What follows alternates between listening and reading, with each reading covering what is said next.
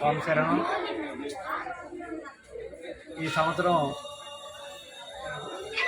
నాది 34 సంవత్సరం.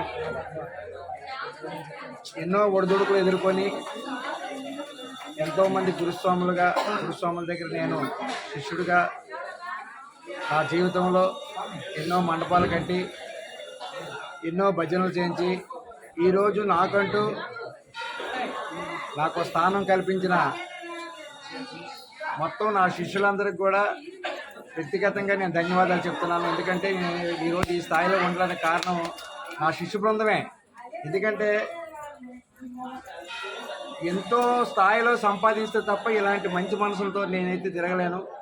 ఆ మంచి మనసున్న మా శిష్యులందరూ కూడా ఆ భగవంతుడు అయ్యప్ప స్వామి ఆయువు ఆరోగ్య అష్టైశ్వర్యాలు ఇచ్చి ఎల్లవేళలో ఈ ప్రయాణం ఇలాగ కొనసాగించాలని, ఈ సత్సంబంధాలు ఇలాగ కొనసాగించాలని నేనైతే ఆ భగవంతుడికి ఫస్ట్ నేను మొక్కుకుంటున్నాను. ఎందుకంటే అన్నిటికన్నా విలువైంది ఏంటంటే ఒక ఆధ్యాత్మికంగా ఉండేటప్పుడు ఇలాంటి యూత్ కుర్రోళ్ళతో కూడా నేను ఒక మంచి గురువుగా, ఒక మంచి అభిమానిగా, మంచి ఒక తండ్రిగా వాళ్ళ తల్లిదండ్రిని ఈ విధంగా చూస్తున్నారో లేదో తెలియదు. కానీ ఈ 40 రోజులు కూడా నా మీద ఏమాత్రం ఇబ్బంది వస్తే వాళ్ళకి వచ్చినట్టుగా వాళ్ళు ఇబ్బంది పడి నన్ను గౌరవించడంలో కానీ ఎక్కడైనా నాకు అగౌరవపరిస్తే మాకు జరిగిందనే భావన వాళ్ళు వ్యక్తపరిచారు.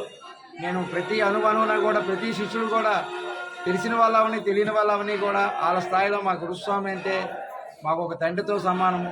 అతనికి ఏమైనా మేమైతే చాలా ఇబ్బంది పడతామని చెప్పి నేను ఎన్నో దగ్గరలో ఎంతోమందితో వీళ్ళందరితో నేను విన్నాను. అంటే వాళ్ళు యాక్చువల్గా ఎలాగొచ్చారో నా దగ్గరికి, కానీ నేను ఎక్కడ కనబడినా నన్ను గురువు స్థాయిలోనే చూస్తారు, కానీ ఒక తండ్రి స్థాయిలోనే చూస్తారు. కానీ ఏ రోజు కూడా నన్ను స్వభావంగా వేరే కానీ నా పక్కల చూసి వాళ్ళు నిజంగా ఏదైనా తప్పు చేయాలనుకున్నా కూడా నా తండ్రి ఎదురుకున్నాడు లేదా నా గురుస్వామి ఎదురుగా ఉన్నాడు, మేము అలాంటి వాటికి వెళ్ళము అనే ఒక ఆలోచన పెట్టుకున్న వ్యక్తులు ఈరోజు ఇలాంటి నేనైతే నేను చాలా గర్వపడుతున్నాను. ఎందుకంటే ఇలాంటి శిష్యులు దొరకడం ఎప్పుడైనా సరే ఒక చెడు పేరు రావడం చాలా వేదన వస్తుంది. కానీ నేను వీళ్ళందరి దగ్గర కూడా మంచి ఒక భజన చేయాలన్నా సరే నాకంటూ వాళ్ళే ముందు నిలబడి మా గురువు గారికి ఈ విధంగా మేము నిలబడాలి, ఈ విధంగా చెయ్యాలి అని చెప్పేసి వీళ్ళందరూ కూడా నిలబడ్డారు.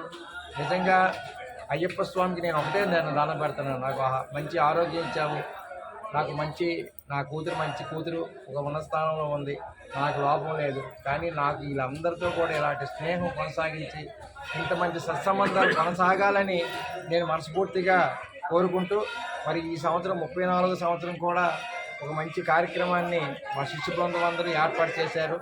నేను చెప్తే చాలు వాళ్ళు చేశారు.